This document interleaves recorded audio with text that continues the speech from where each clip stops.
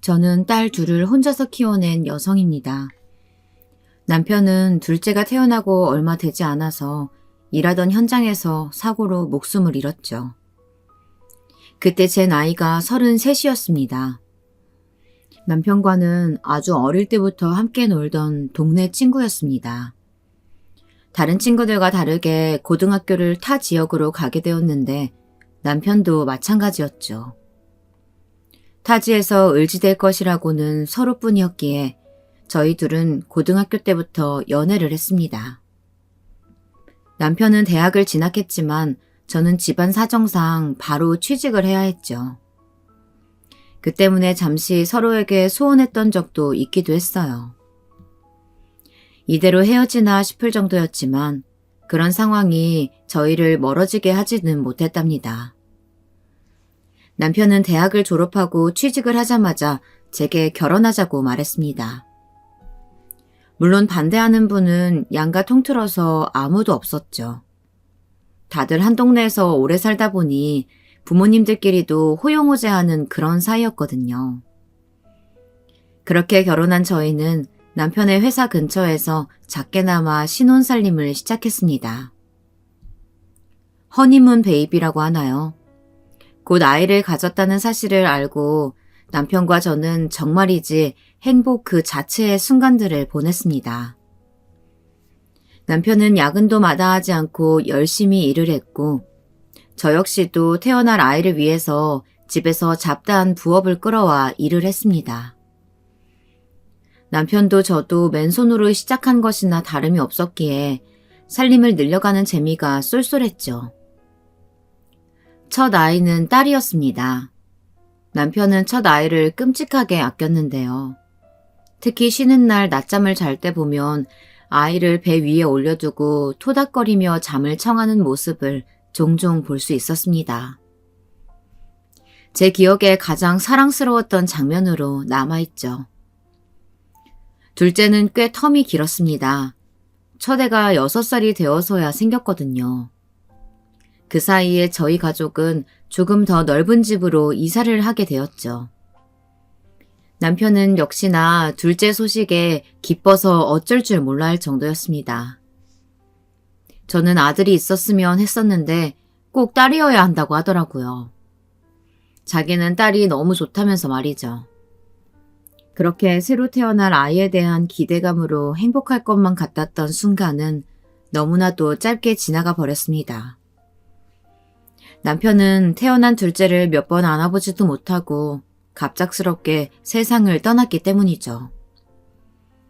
현장에 감독으로 갔다가 벌어진 사고였다고 해요. 건물에서 쇠파이프가 떨어지는 것을 보고 사람들을 구하려다가 결국에는 자신이 더 크게 다쳤다고 들었죠. 저는 그때 산후조리를 하고 있었는데 장난인 줄 알았어요. 다들 저를 놀리려고 하는 말이라고 생각했죠.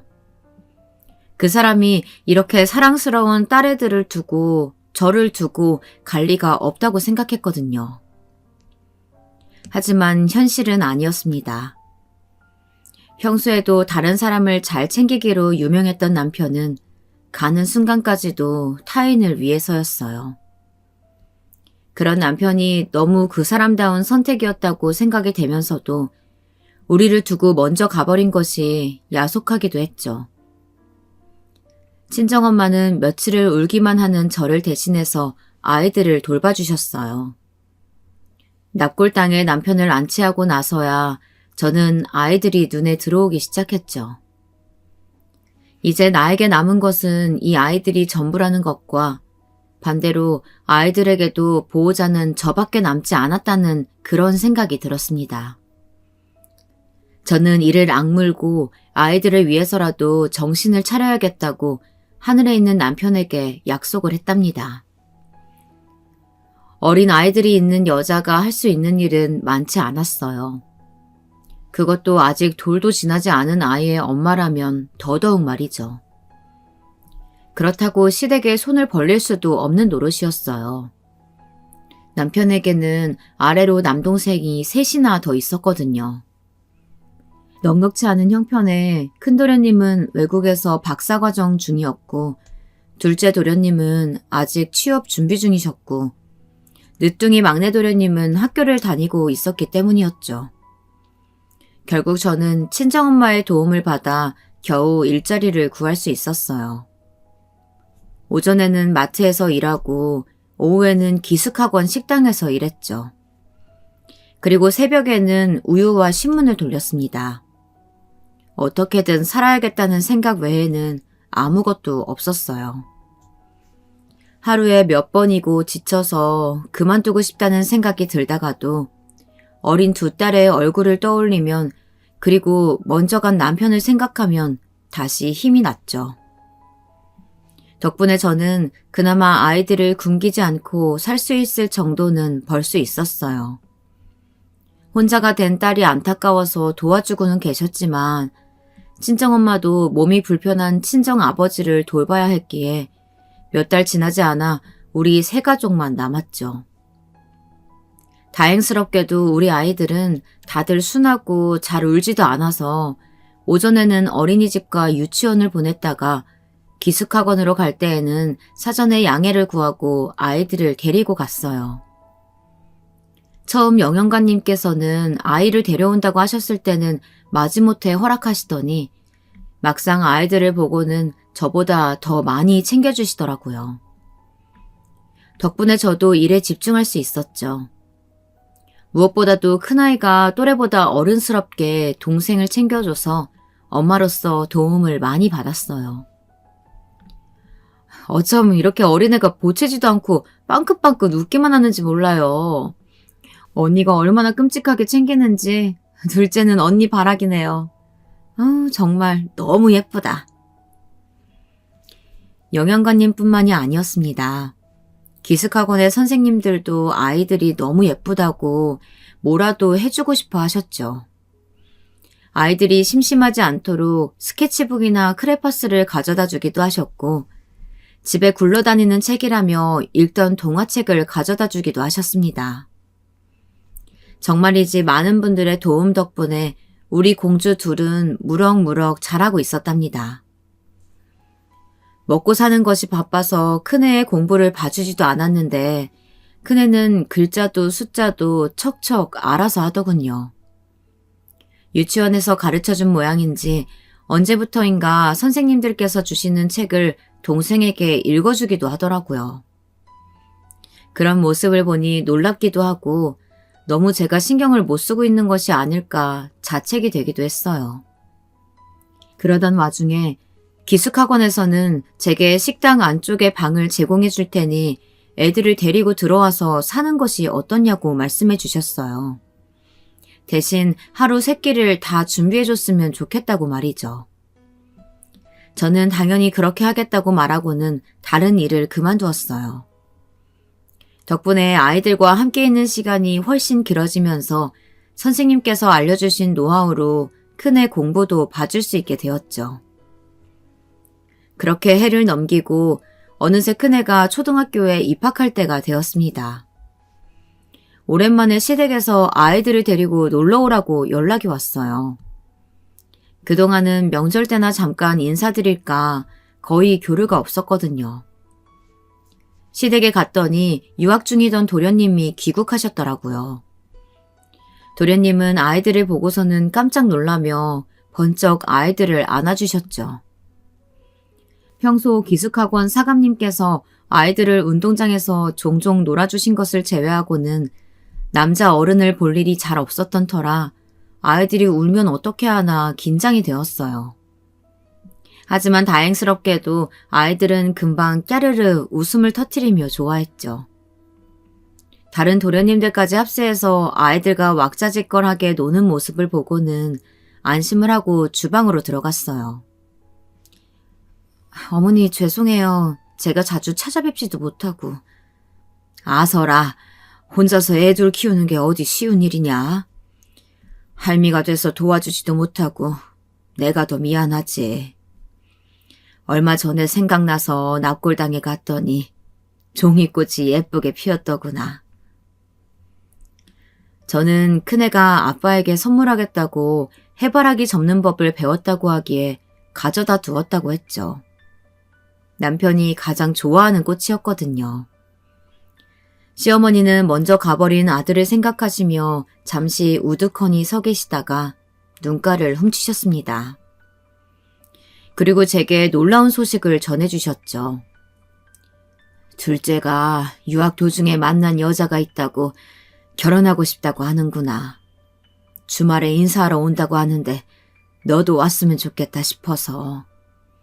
둘째도 꼭 형수님 계셔야 한다고 그러고. 나도 네가 와주면 좋겠구나. 저는 의외의 제안에 깜짝 놀라면서도 도련님이 결혼한다고 생각하니 믿겨지지가 않았어요. 저는 꼭 오겠다고 약속을 했죠. 늘 세 식구만 모여 앉아 밥을 먹다가 삼촌들과 할머니까지 다 함께 모여 있다 보니 평소보다 아이들이 엄청 즐거워하는 것 같았어요. 특히 어른스럽게만 굴던 큰애가 너무 즐거워 보여서 제가 다 기분이 좋았죠. 집으로 돌아가는 길에 수험생인 막내 도련님을 제외하고는 도련님들이 아이를 하나씩 업고는 따라 나섰어요. 대학의 연구소에 들어가기로 했다는 첫째 도련님과 취직한 지 한 달 정도 되었다는 둘째 도련님은 혹시나 힘든 일이 있으면 꼭 자기들에게 이야기해 주었으면 좋겠다고 하더라고요. 없는 살림에 저 공부시킨다고 형이 얼마나 힘들었는지 잘 알아요. 진짜 우리 중에 공부는 형이 제일 잘했었는데 저 공부시켜야 된다고 대학만 졸업하고는 바로 일을 찾았죠. 형 아니었음 저 여기까지 못 왔어요. 그러니까 형수님, 제 도움 필요한 일이라면 주저없이 말씀해 주세요. 저는 말씀만으로도 고맙다고 남편이 이 모습을 봤다면 엄청 기뻐했을 것이라고 말했죠. 그러면서 소개시켜준다는 여자는 어떻게 만났는지 물었습니다.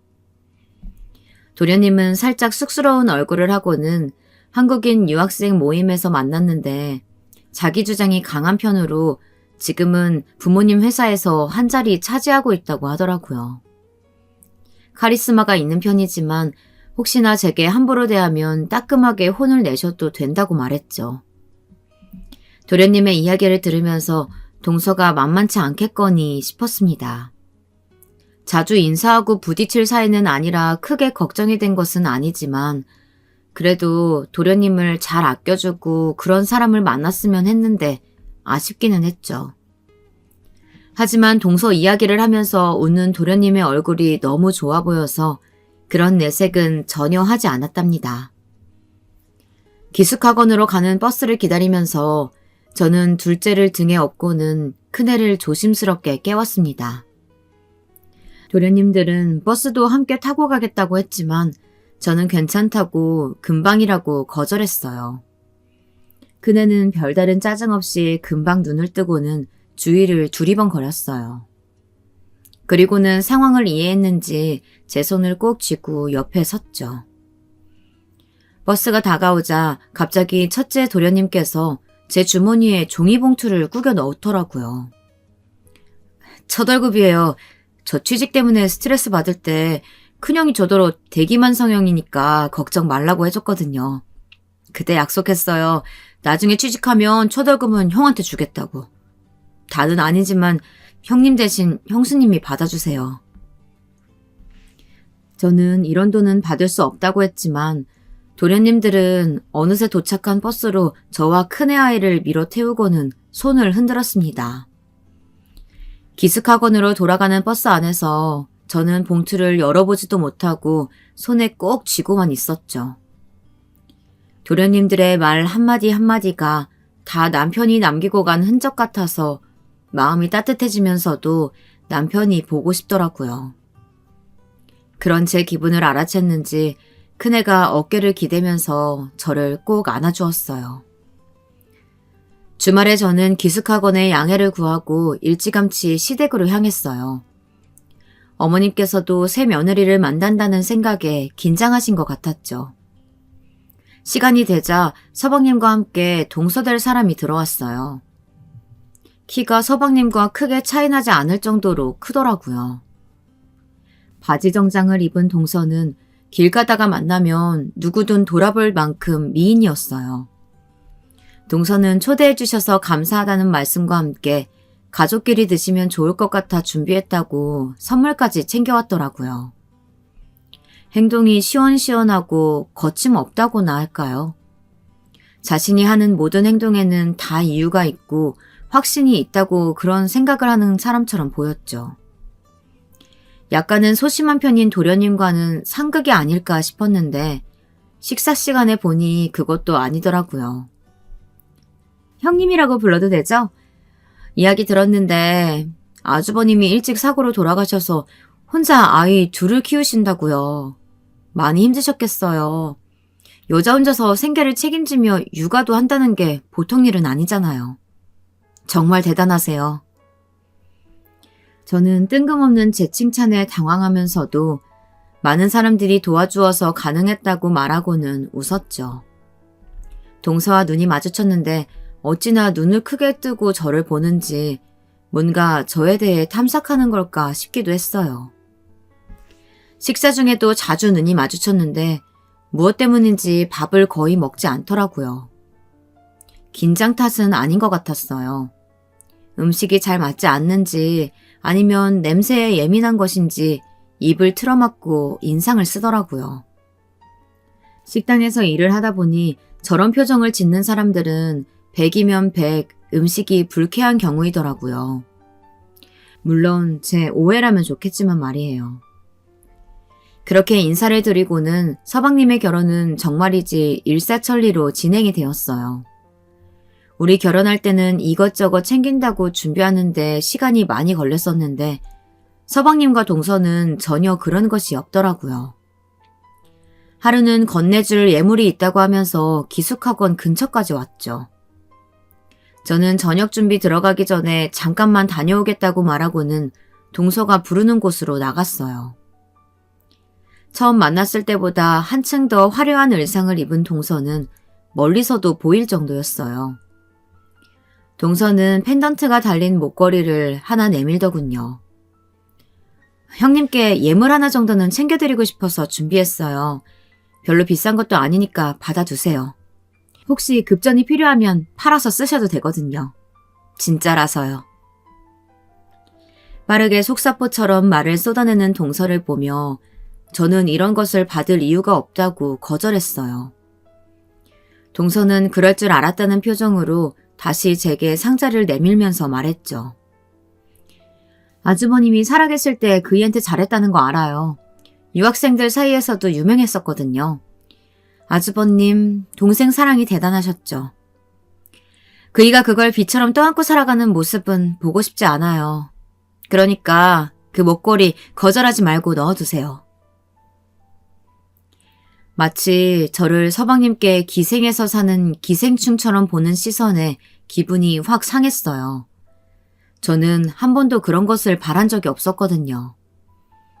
그런데 동서는 이미 저를 그런 사람으로 몰아가고 있었죠. 동서, 오해하고 있는 것 같은데 나는 한 번도 뭔가를 바란 적이 없어. 앞으로도 그런 마음은 변하지 않을 거야. 그러니까 괜한 걱정하지 말고 들고 가. 형편도 어렵다면서 뭘 자꾸 그렇게 빼세요.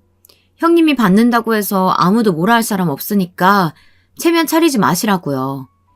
앞으로 우리 그이 승승장구 할 일만 남았는데 발목이라도 잡으시면 제가 곤란하거든요. 귀찮다는 듯이 제게 내미는 상자를 솔직히 저는 확 던져버리고 싶었습니다. 뭐 얼마나 잘났다고 저한테 와서 이러는지 어이가 없었죠. 저는 더 이상 상대할 가치를 느끼지 못했어요. 무슨 벽하고 이야기하는 것도 아니고 나는 필요 없다고 했으니까 나머지는 동서 마음대로 해. 그리고 이런 일로 바쁜 사람 불러내지 마. 저는 그렇게 동서를 남겨두고 벌떡 일어나서 학원으로 돌아왔죠. 2번 다시 마주치고 싶지 않을 정도의 기분이었어요. 되도록 동서와는 거리를 둬야겠다고 다짐했습니다. 서방님의 결혼식은 정말이지 호화롭다는 말이 너무나도 잘 어울렸어요. 동서의 집안이 재력이 있을 것이라고는 생각하기는 했지만 이 정도일 줄은 정말 몰랐거든요. 정말 서방님이 엄청난 집의 여자와 결혼하는구나 싶었죠. 하지만 동서와 거리를 두겠다는 제 마음은 변함이 없었습니다.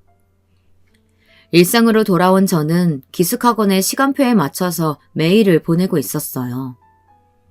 그네는 또래들이 보는 책보다 어려운 것들을 능숙하게 읽을 수 있게 되었고, 둘째 역시 말이 많아지고 활동량이 엄청나게 늘어났죠. 하루가 다르게 자라는 아이들을 보면서 저는 딱 지금처럼만 지낼 수 있었으면 더 이상 바라는 것이 없을 정도였죠. 딱 그 사건이 일어나기 전까지는 말이에요. 그날도 평상시와 다름없었어요. 다만 둘째가 평소보다 체온이 좀 높았죠. 저는 해열 시럽을 먹이고는 곧 떨어지겠거니 하고 있었습니다. 하지만 둘째의 열은 더 심해지면 심해졌지 내리지 않더라고요. 어떻게 하지? 이런 적이 없었는데 열은 왜 이렇게 안 내리는 거야? 당황해서 발만 구르던 저는 결국 새벽에 둘째를 업고 응급실로 달려갔습니다. 한창 잠들어 있었을 상황에서 강제로 깨웠음에도 큰애는 울지도 않고 제 가방을 들고 따라왔죠. 병원에 도착해서도 저는 계속 불안에 떨고 있었어요. 열이 떨어지지 않는 것이 너무 무섭더라고요. 응급실에서는 급한 처치는 했지만 상황을 보고 다른 검사를 진행하겠다고 하셨죠. 저는 초조하게 아이의 열이 떨어지길 기다리고 있었습니다. 다행스럽게도 아이의 열은 시간이 지나면서 떨어지기 시작했어요. 병원에서 몇 가지 더 검사를 하고 나서 결과를 기다리는데 소아과 선생님께서 탈장이 있다고 알려주셨어요. 저는 전혀 눈치채지 못했거든요. 일반적으로 쉽게 눈치챌 크기도 위치도 아니라서 잘 모르실 수 있어요. 수술로 금방 완치가 되니까 너무 걱정하지는 마시고요. 수술이요? 이게 수술 시간은 길지 않아서 당일 수술하고 퇴원할 수 있지만 지금 둘째가 열이 올라서 컨디션이 나쁘기도 하고 나이도 어려 입원을 해야 한다고 하셨죠. 정신이 하나도 없었어요. 직장과 큰애 아이의 학교에 연락을 취하고는 입원 수속과 수술에 관한 설명도 들어야 했죠. 설명해 주시는 간호사 선생님께서도 어렵지 않은 수술이라며 너무 걱정하지 마시라고 저를 다독여 주셨어요. 겨우 마음을 다잡고 나니 문제는 비용이었습니다. 수술비에 입원비까지 들어가는 돈을 감당하기에는 제가 가진 것이 너무 없었거든요. 버는 돈은 족족 애들 앞으로 된 적금에 결혼 초반에 대출받았던 것을 갚는데 돈이 다 들어가고 있었습니다. 개인적으로 가지고 있는 현금이라고 해봤자 얼마 되지도 않았어요. 저는 급한 마음에 빌릴 곳이라도 찾아볼까 했지만 시댁에도 친정에도 쉽게 손이 가지 않았죠. 양쪽 사정 다 아는데 부족한 수술비를 빌려달라는 말이 나오지 않더라고요. 결국 저는 동서의 힘을 빌려야겠다는 생각이 들었어요. 발길이 떨어지지 않았지만 어쩔 수 없는 선택이었죠. 동서는 제 전화에 불쾌한 감정을 여전히 드러내며 지금은 많이 바쁘니 1시간 뒤에 전화를 하자고 하더군요. 그 1시간이 제게는 정말이지 1년과도 같았어요. 초조한 마음으로 전화를 기다리는데 1시간이 조금 넘어서야 다시 전화가 가능했죠. 무슨 일이세요? 저 지금 바쁘니까 하실 말씀 있으면 빨리 하세요. 둘째가 지금 탈장 수술을 해야 되는데 병원비가 좀 부족해서 30만 원 좀 빌려줄 수 있을까? 내가 급해서 그래. 동서는 콧웃음을 치더라고요. 그런 모습에 자존심이 너무 상했지만 머릿속으로는 아이들의 얼굴을 떠올리면서 참아야 한다고 끊임없이 주문을 걸었죠. 그러게. 그때 제가 주는 예물 받았으면 이런 일 없잖아요. 고작 30만 원 때문에 사람을 이렇게 부르다니. 진짜 어이가 없네요. 형님은 그런 돈도 없으면서 그때는 무슨 생각으로 거절하신 거예요? 그때 거절했던 건 정말 서방님이 빚이라고 생각할 필요가 없다고 생각했으니까 그런 소리 들으면서까지 받을 필요 없었고. 그런데 지금은 아이가 그때는 나름 고고한 척 하고 싶었는데 지금은 급하니까 그 거지근성이 그대로 나왔다. 뭐 이런 소리 하고 싶으세요? 없는 사람들은 꼭 이런 상황에서 자존심 챙기면서도 어떻게든 이유를 만들려고 한다니까. 결국은 돈 달라는 소리 하는 거면서. 안 그래요, 형님? 동서의 비웃는 얼굴이 생생하게 그려졌지만 저는 끝까지 참았어요. 제 자존심보다는 우리 아이들이 먼저였기 때문이었죠. 하지만 동서는 좀처럼 대답을 하지 않고 자꾸만 제 속을 긁기만 하더라고요. 근데 빌려주면 갚을 수는 있고요? 저한테야 아무것도 아니지만 형님께는 다르잖아요. 설마 그냥 구걸하러 전화하신 건 아니죠? 그럼 진짜 거지 새끼인데. 동서, 아무리 그래도 말이 너무 심하잖아. 거지 새끼라니. 나도 염치 없는 것, 그런 것 정도는 알고 있어.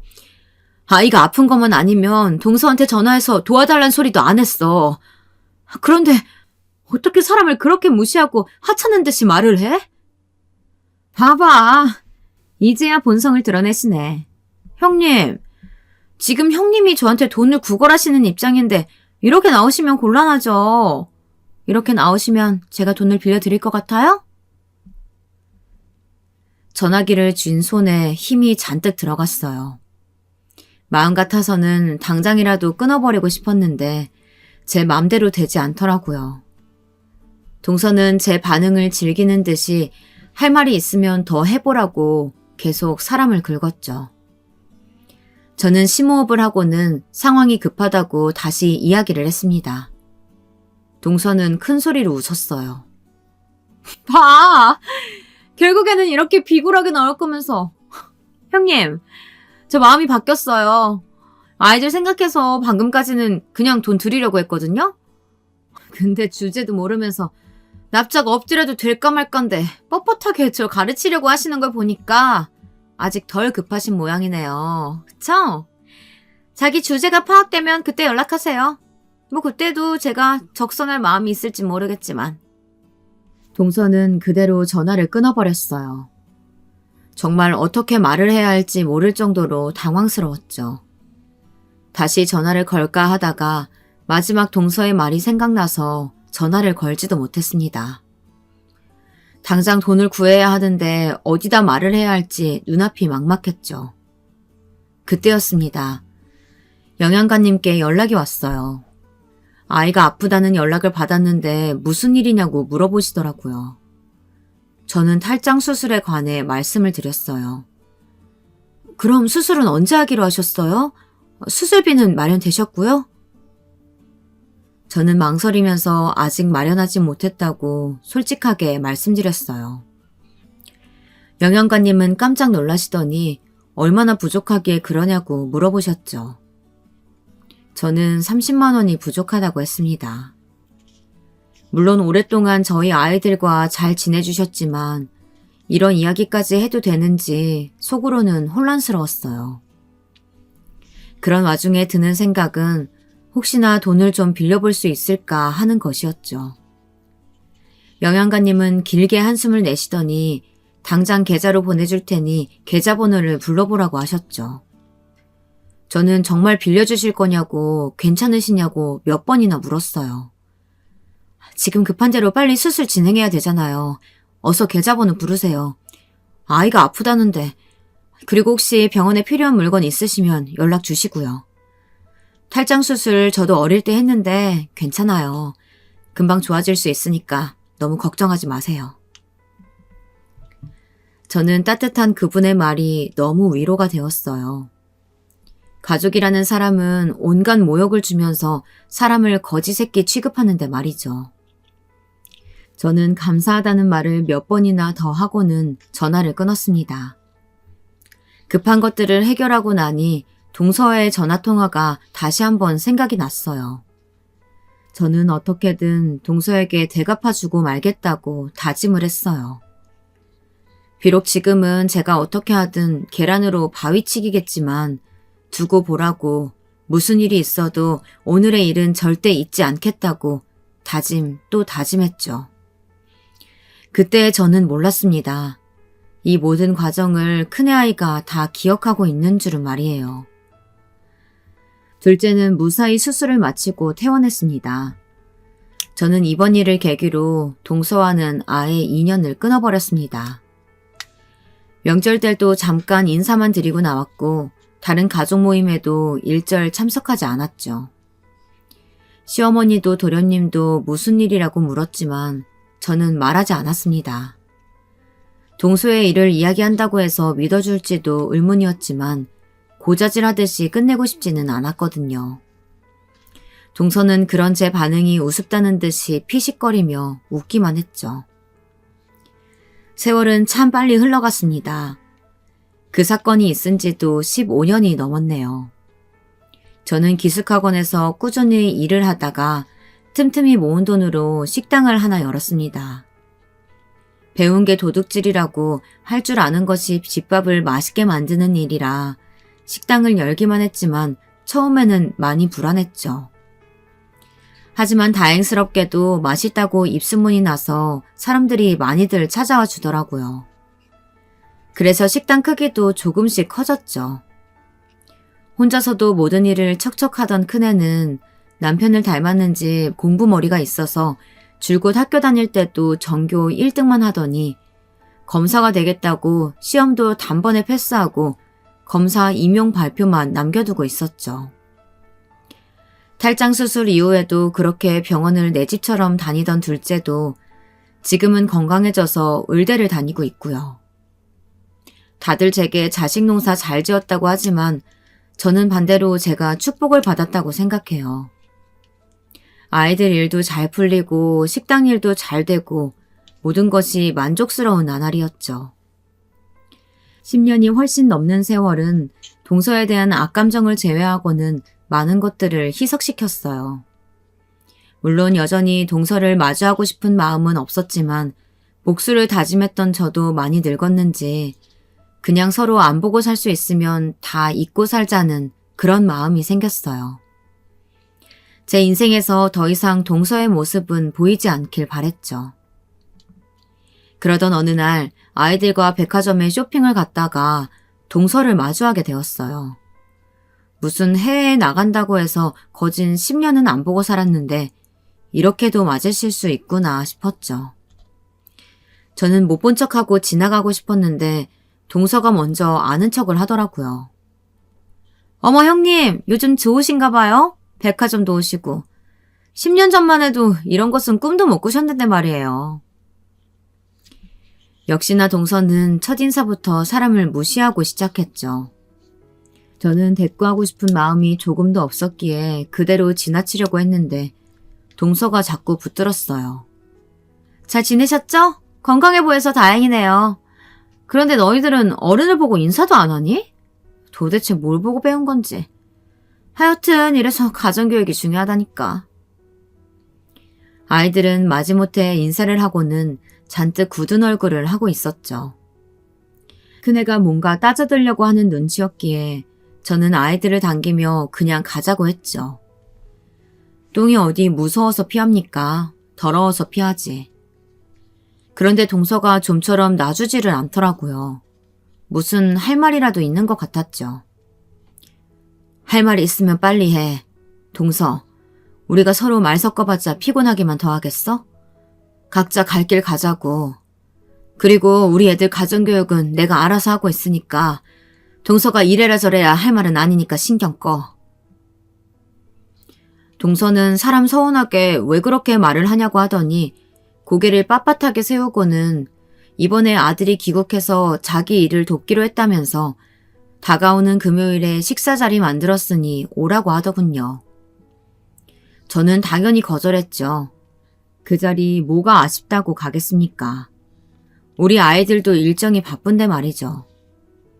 동서는 그렇게 격식이 필요한 자리도 아니니 부담 갖지 말고 와서 즐기셔도 된다고 말하면서 초대장을 보내주겠다고 하더군요. 무슨 식사 자리에 초대장까지 있어야 하는 건지 알 수는 없었지만 저는 그럴 필요 없다고 딱 잘라 말했어요. 작은어머니, 다가오는 금요일이면 저희도 좀 바빠서요. 초대해 주셨는데 가기 어려울 것 같네요. 제가 임용시험 발표가 날 예정이라서 저도 엄마도 다른 일에는 신경 쓸 겨를이 없거든요. 거기다 동생도 시험 기간이고요. 동서는 고작 교사 임용 발표를 가지고 그런 말을 하느냐며 나이가 몇인데 아직도 직장이 없이 그렇게 사느냐고 하더군요. 그러면서 둘째에게는 시험 공부는 평소에 해둬야지 그렇게 뭐라 해봤자 소용이 없다고 잔소리를 했죠. 저는 아무것도 모르면서 으스대는 동서의 꼴이 우습기도 하고 사람 참 변하지 않는다 싶기도 했어요. 우리 큰애야 검사 시험 치고 발표 기다리는 중이고 둘째는 동서가 말하지 않아도 잘하고 있거든.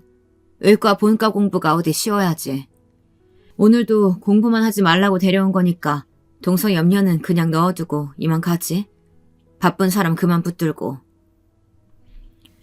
동서는 제 말에 금방 얼굴을 붉히면서 상상조차 못했다는 얼굴로 아이들을 번갈아가며 보았죠.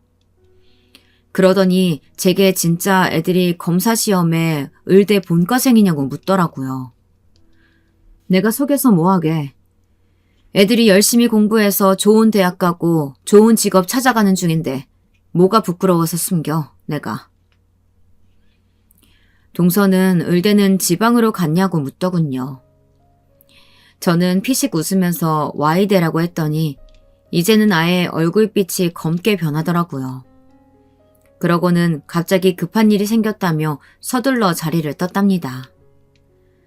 저는 뭔가 동서의 코를 납작하게 해준 것 같아서 기분이 좋아졌어요. 큰애는 무슨 이런 일로 기분을 좋아하냐고 하더니 조금만 기다리라고 하더군요. 더 좋은 일을 만들어주겠다고 말이죠.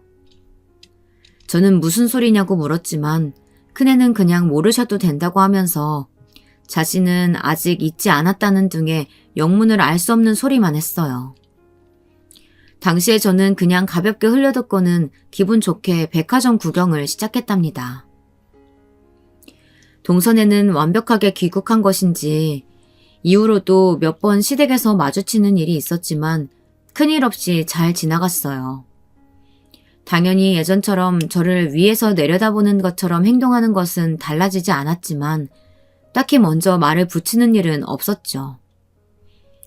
그러던 어느 날 동서에게서 급하게 전화가 왔어요. 저는 딱히 받고 싶은 마음이 없어서 처음에는 그냥 무시를 했죠. 전화를 받아봐야 서로 좋은 소리 할 수 없는 사이라고 생각했거든요. 그런데 끈질기게 전화가 계속 오더라고요. 저는 결국 마지못해 전화를 받았습니다. 아니 형님, 제가 지금 몇 번이나 전화를 걸었는지 아세요? 왜 전화를 안 받아요 진짜? 동서는 대뜸 소리부터 질렀어요. 저는 이렇게 나올 거면 전화는 바로 끊겠다고 했죠. 원래라면 더 날뛰었을 동서가 갑자기 마음이 급해서 그랬다고 사과를 하는 게 아닙니까? 뭘 그런 걸 가지고 놀라냐고 할 수도 있겠지만 제게는 정말 충격적인 일이었어요. 미안하다는 소리를 할 줄 아는 사람이라고 생각해 본 적이 없었거든요. 제가 마음이 급해서요. 형님 혹시 수연이 연락처 좀 알려주실 수 있으세요? 아니면 수연이랑 만날 수 있게 자리라도 마련해 주실 수 있으실까요? 정말 제가 급해서 그래요. 동서가 우리 큰애는 왜? 요즘 큰 사건이 배정됐다고 바빠서 집에도 안 들어오고 있는데 동서가 무슨 바람이 불어서 큰애를 찾아? 동서는 이유는 나중에 말씀드리겠다며 큰애와 어떻게든 이야기를 좀 할 수 있게 해달라고 하더군요. 저는 큰애에게 물어보겠다고 말하고는 동서 대답도 듣지 않고 전화를 끊어버렸어요. 그런데 바로 전화가 또 오더군요. 동서는 진짜 너무 급하다고 직접 만나게 해달라고 했죠. 저는 이유가 뭐기에 연락처를 달라고 했다가 만나게 해달라고 했다가 난리냐고 솔직히 이야기를 하라고 했죠. 들어보고 도와줄 수 있으면 도와주겠다고 말이에요. 동서는 이유는 절대 말할 수 없다고 하면서 큰애만 찾았어요. 저는 그럼 다시 연락을 줄 테니 기다리라고 하고는 전화를 끊었습니다. 도대체 동서가 저렇게 나오는 이유가 아무리 생각해도 모르겠더라고요.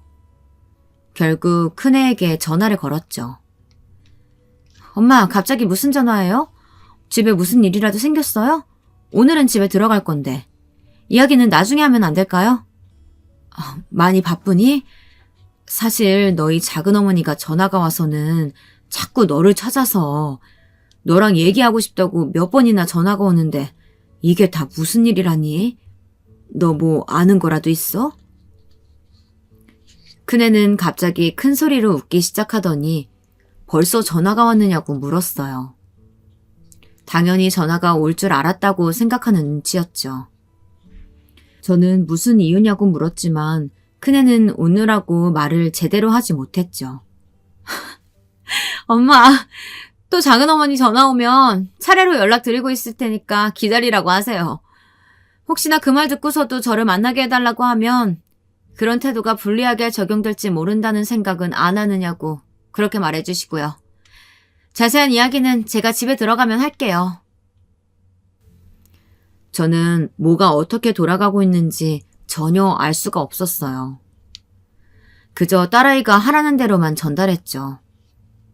동서는 득달같이 식당으로 찾아와서는 어떻게 당장 만날 수 없겠느냐고 계속 저를 괴롭혔죠.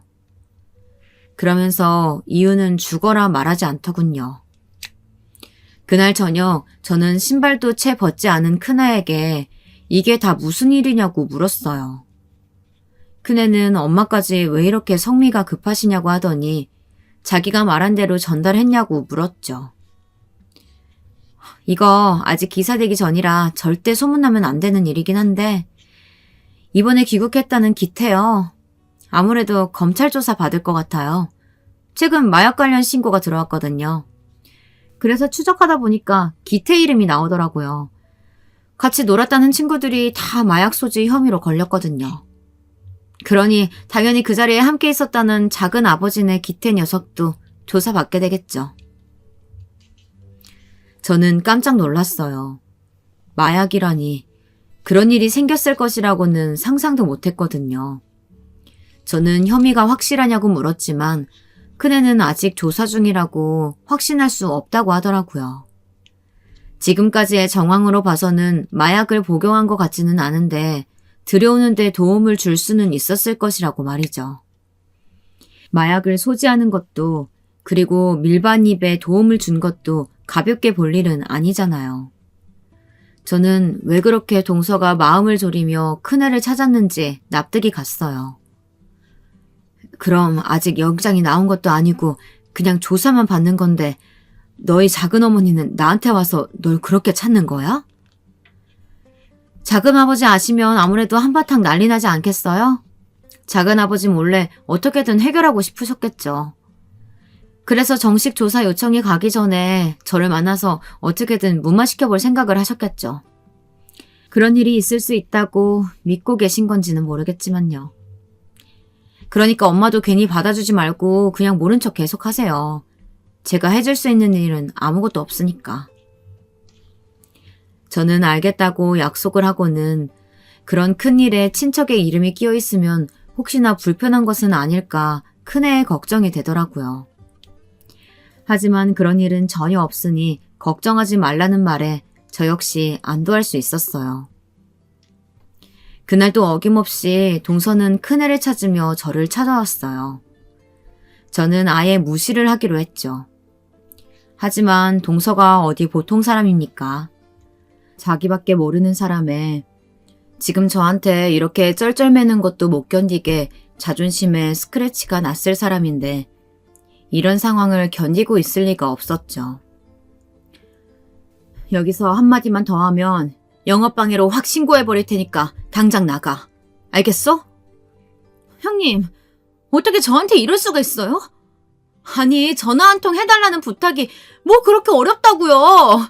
그냥 수연이랑 전화만 하게 해달라고 하는데 이렇게 나오실 일이에요? 우리 딸한테 전화해서 뭘 부탁할 줄 알고 내가 자네를 몰라? 나한테도 이렇게 난린데 우리 큰애한테는 오죽할까? 내가 말했잖아. 순서 기다리고 있으라고. 그 말 외에는 해줄 말이 없다는데 뭘 더 어떻게 하라고 이 난리야?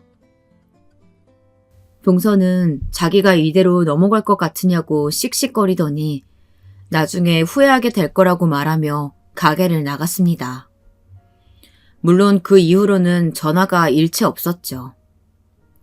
큰애는 기태가 조사를 받았다는 사실과 곧 기사거리도 나올 것 같다고 따로 알려주었어요. 얼마 후 정말 큰애의 말대로 마약과 관련된 기사들이 쏟아져 나왔죠. 그리고 그 중에는 당연히 기태 이야기도 있었고요. 시어머니께서는 깜짝 놀라 제게 전화를 하셔서는 자초지종에 대해서 물어보셨어요. 당연히 자세하게 아는 것은 없는 터라 저도 아무 말씀도 못 드렸죠. 급기야 서방님도 전화가 오셨어요. 큰애에게 민폐를 끼친 것 같다 미안하다는 말을 꼭 전해달라고 하더군요. 나중에 알게 된 사실이지만 기태는 해외에서 이미 마약 문제로 문제를 일으켰던 적이 있더라고요.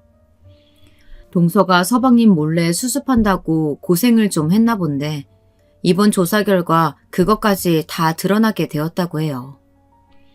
서방님은 극대노하셔서 당장 이혼하자고 난리셨고 동서는 절대 이혼은 못한다고 매달리는 모양이더라고요. 시어머니께서 어떻게 집안에 이런 일이 있을 수 있냐고 한탄을 하시면서 말씀해 주셨죠. 솔직히 저는 서방님께는 죄송하지만 동서의 이야기를 듣고 나니 속이 뻥 뚫리는 기분이었어요. 과거 그렇게 저를 무시하고 가진 것 없는 사람이라고 비꼬고 심지어 거지 취급까지 한 사람이 누구였던가요? 언젠가는 천벌을 받게 될 것이라고 생각했는데 그 천벌이 지금인 것 같더라고요. 그런데 이런 제 마음을 큰애는 알고 있었다는 듯이 속 시원하냐고 묻더군요. 그게 갑자기 무슨 말이야? 속 시원하냐니 작은 어머니 저렇게 된 거 말하는 거야? 엄마야 뭐. 그런데 그걸 네가 왜 궁금해하니? 엄마는 내가 아직도 기억 못한다고 생각해요? 그때 동생 병원비 30만 원 달라고 전화했을 때 저도 곁에서 다 듣고 있었어요. 제가 그날을 잊었을 것 같으세요? 저는 큰애가 그 사실을 알고 있다는 것이 너무나도 놀라웠어요. 고작 초등학교 저학년이었는데 그때 일을 마음속에 계속 담고 있었다는 사실이 괜히 마음이 아팠죠. 그런 나쁜 기억은 저만 가지고 있어도 충분했는데 말이에요. 아직 멀었어요. 작은 어머니가 받으실 벌은. 저는 여기서 멈출 생각이 없거든요. 저는 큰애의 말에 이번 일도 우연히 벌어진 것은 아니라는 생각이 들었어요. 저는 혹시 기태가 마약한다는 사실을 알고 있었느냐고 물었죠. 큰애는 미리 계획했던 일은 아니지만 어쩌다 보니 자기에게 마약 건수가 배당이 되었고 그 부분을 조사하다 보니 기태가 해외에서 보냈던 기간과 겹치는 사람들이 다수 발견되었다고 했어요. 그래서 기태를 먼저 조사할 수밖에 없었는데 때마침 귀국을 한 것이라고 말이죠. 큰애는 이 모든 것이 우연이라고 했지만 웃으며 말하는 큰애의 모습에서 전혀 그런 것이 느껴지지 않았죠. 서방님과 동서가 별거를 시작했다는 이야기를 전해 들었던 것이 얼마 되지도 않았는데 동서에게서 또 연락이 왔어요. 아예 집으로 찾아왔죠. 동서는 마치 혼이 나간 사람처럼 보였어요. 저번에 큰애가 아직 동서에게 벌어질 일들이 더 남았다고 말한 것이 기억이 나더군요. 무슨 일이냐고 물었지만 동서는 입을 꾹 다물고는 저희 집 거실에 버티고 앉아서는 꼼짝도 하지 않았어요. 저녁 때 큰애가 작은애와 함께 귀가했습니다. 동서는 큰애를 보자마자 달려들었어요. 전혀 생각하지 못했던 일이라 저는 깜짝 놀라며 급히 그 앞을 막아섰죠. 결국 제 손에 팔목이 붙들린 동서는 이거 놓으라고 난동을 피웠어요. 책상 앞에서 펜대만 굴리던 사람이 어디 저한테 힘으로 대나요? 결국 동서는 큰애 근처에 가보지도 못하고는 억지로 소파에 앉을 수밖에 없었어요. 작은 어머니, 저를 찾아온 시간도 있으세요? 아마 지금쯤이면 정신없이 바쁘실 거라고 생각했는데 말이죠. 장부 제대로 제출하지 않으시면 그냥 넘어갈 수 있는 규모가 아닌 것 정도는 알고 계시죠? 내가 너랑 무슨 원수를 졌다고 이렇게 나와? 왜? 너희 엄마가 그렇게 하라고 하시디? 그래? 형님이 저 엿먹이라고 시키셨어요? 동서, 말 조심해. 내가 뭘 했다고 또 나한테 화살이야. 뜬금없이 찾아와서는 우리 딸들한테 달려들질 않나. 지금 제정신이야? 다 형님 때문이잖아요. 음흉하게 뒤에서 일 꾸미셨으면서 아니라고 하실 거예요? 동서는 제 말은 들리지도 않는지 여전히 큰애를 똑바로 노려보고만 있었어요. 큰애는 그런 동서의 모습을 보고는 피식 웃더니 누구 탓을 하느냐고 하더군요.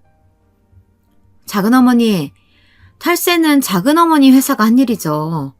제가 그렇게 하라고 말씀드린 것도 아니고 제가 뭘 했다고 이렇게 오셔서 따지세요? 법을 어긴 것도 작은어머니지 제가 아니잖아요? 그리고 지금 무슨 원수를 졌냐고요? 뭐 작은어머니랑 저희 집이 좋은 관계는 아니죠. 그렇다고 제가 없는 죄를 만들지는 않아요. 저는 탈세라는 소리에 이건 또 무슨 일인가 싶었죠. 작은애가 귓가에 속삭이기를 동선의 집안에서 운영 중인 회사가 탈세 혐의를 받고 있다고 하더군요. 세금을 적게 내려고 꼼수를 부리고 있었는데 그게 그대로 다 밝혀질 것 같다고 말이죠. 다른 기업들도 다 그 정도는 해. 우리만 그렇게 하는 줄 알아? 그런데 왜 우리만 그러는데? 그거 나를 타깃으로 두고 하는 거 아니야? 맞지? 솔직히 말해. 너 일부러 이렇게 한 거지? 다른 기업들 사정까지는 알고 싶지 않고요. 이번 일은 제 담당 건수도 아니에요. 왜 제가 어떻게 했다고 생각하세요, 작은어머니? 저는 탈세 이쪽과는 전혀 관련이 없어서요. 그러니까 헛발질 그만하시고 검찰 조사 받을 준비나 하세요. 동서는 큰애의 말에 울컥했는지 몸을 들썩였어요. 지금 누구한테 손을 대려는 거야? 검찰하고 관련만 있다 하면 큰애를 찾아오는데 동선의 일은 동선의 선에서 해결해. 우리 애한테 이래라 저래라 하지 말고 한 번만 더 찾아와서 이러쿵저러쿵 하면 나도 가만히 안 있어. 내가 어떻게 나올지 보고 싶으면 어디 마음대로 해봐. 제가 안 했다고 해도 믿지 않으시겠죠. 하지만 한 가지 분명한 것은 있어요. 작은어머니, 제게 물어보셨죠? 무슨 원수라도 졌냐고 말이죠. 작은어머니는 까맣게 잊으셨겠지만 저는 아니거든요. 그때 우리 둘째가 아파서 30만 원이라는 수술비 필요했던 그날 작은어머니가 우리를 어떻게 대하셨는지 기억하세요? 큰애의 말에 동서는 사색이 되어서 바라보았어요. 작은애는 이게 다 무슨 소리냐는 표정으로 저를 바라보았죠. 마음 같아서는 그 일만큼은 알지 못하게 하고 싶었는데 제가 어떻게 손을 쓰기도 전에 큰애의 말은 계속되었어요. 저희가 구걸한다고 하셨죠? 엄마도 저도 아픈 동생도 다 거지 새끼 취급하시면서 사람을 이리저리 가지고 놀기만 하셨고요. 결국 돈은 빌려주지도 않으셨잖아요. 잊었다고 말하지 마세요. 저는 아직도 생생하게 기억하니까. 작은애는 그런 일이 있었는지 전혀 몰랐다고 말하며 어떻게 그렇게 하실 수 있냐고 동서에게 따졌죠. 동서는 대꾸도 못하고 아랫입술만 깨물더군요. 큰애는 그동안 본 적 없는 얼굴을 하고는 동서에게 말했어요. 작은어머니, 도와달라고 거지 새끼 마냥 구걸하지 마시고 당장 돌아가서 준비나 제대로 하세요. 탈세 혐의가 크면 벌금 정도로는 끝나지 않을 테니까요. 그리고 2번 다시 저희 엄마한테 연락할 생각은 하지 마시고요. 그때는 제가 검사직을 걸고서라도 작은어머니 먼지 하나까지 다 털어버릴 거니까요.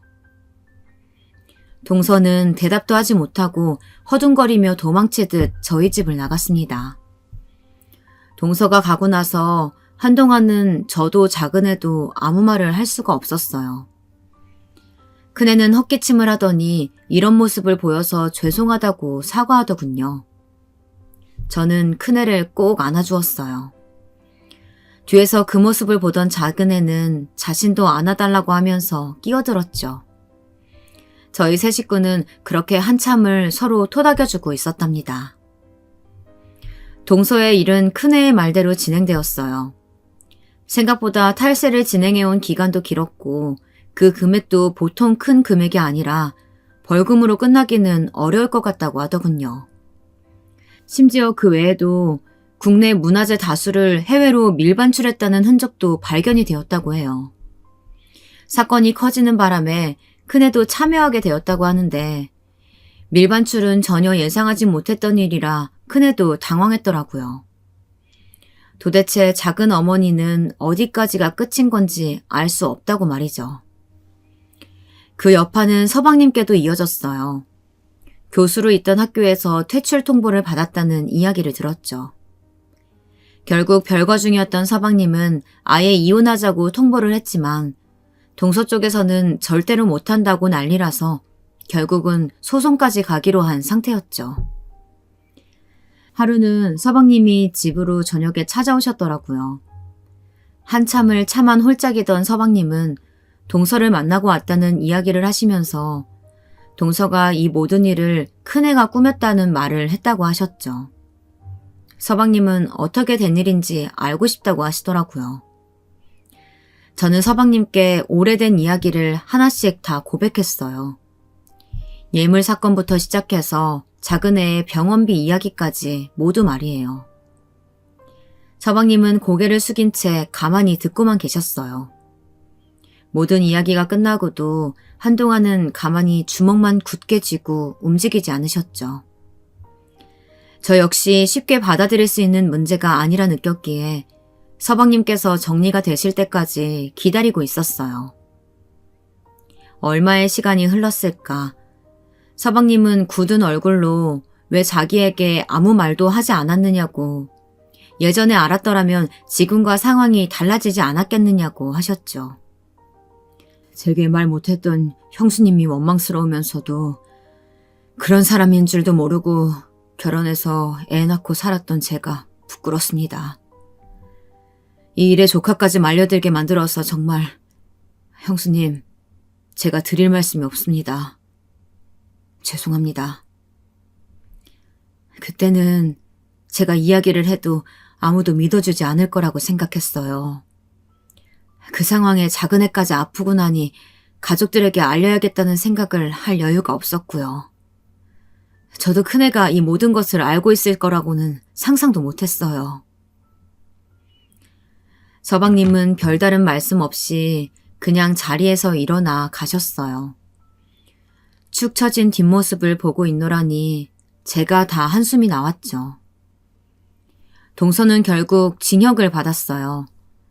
옛 어른들 말씀에 그런 말이 있잖아요. 뿌린 대로 거두게 되어 있다 라는 말이요. 동서의 지금 상황은 다 동서가 자초한 일이니 누굴 탓하겠어요. 교도소에서 동서가 지난 시간을 후회하고 반성했으면 좋겠네요.